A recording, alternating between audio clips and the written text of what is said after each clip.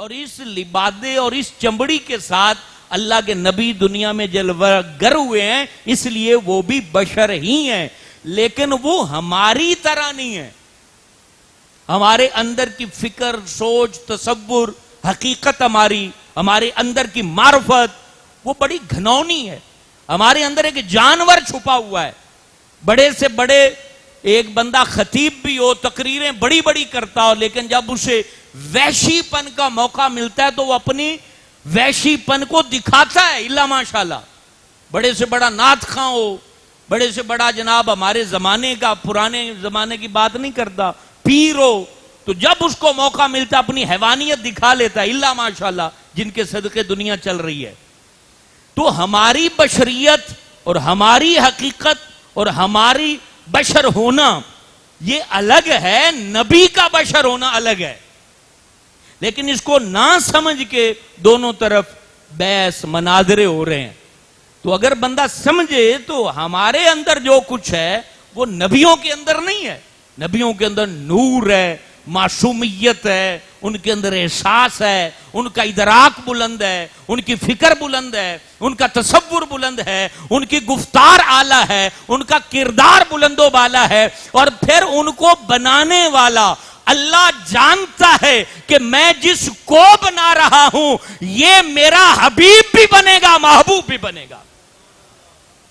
مجھے بتائیں، حضرت عبداللہ ابن مسعود کہتے ہیں ان اللہ تعالی نظر الى قلوب العباد فوجد قلب محمد خیر قلوب العباد ثم اصطفاہ بارئ النسم، اور کہا کہ اللہ رب العالمین نے تمام انسانوں کی روحوں کو، دلوں کو بنایا، پھر خلاق حقیقی نے ان روحوں پر نظر فرمائی تو سب سے خوبصورت، پیاری، نورانی، وجدانی، اعلیٰ، پاکیزہ روح اللہ پاک نے محمد عربی کی روح کو پایا، اور کہا کہ پھر اللہ نے ہمارے نبی کی روح کو اپنے لیے منتخب کر لیا کہ یہ میرا حبیب بھی ہے، میرا محبوب بھی ہے، میرا آخری رسول بھی ہے۔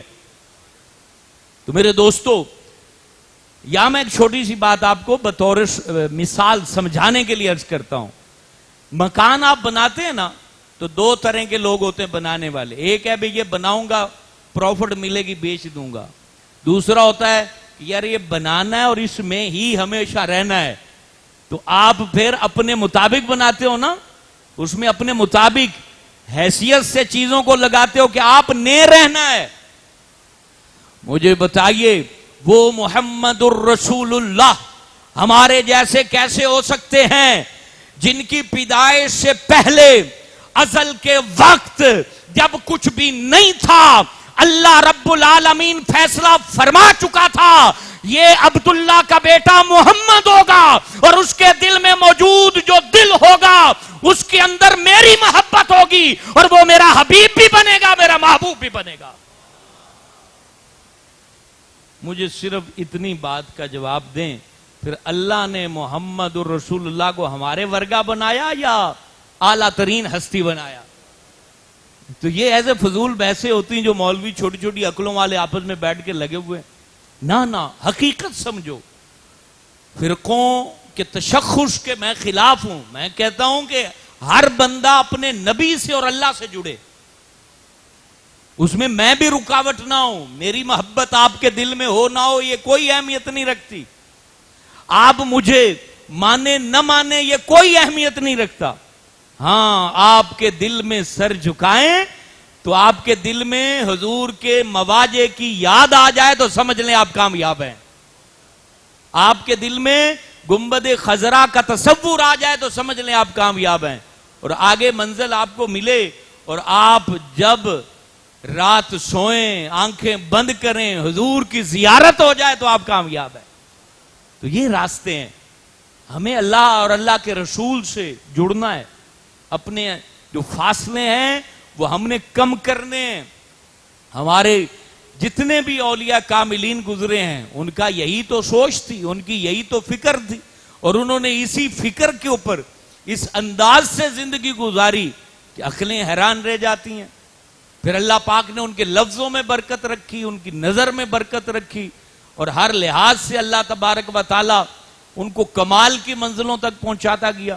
یہ پیر شریف کو حضرت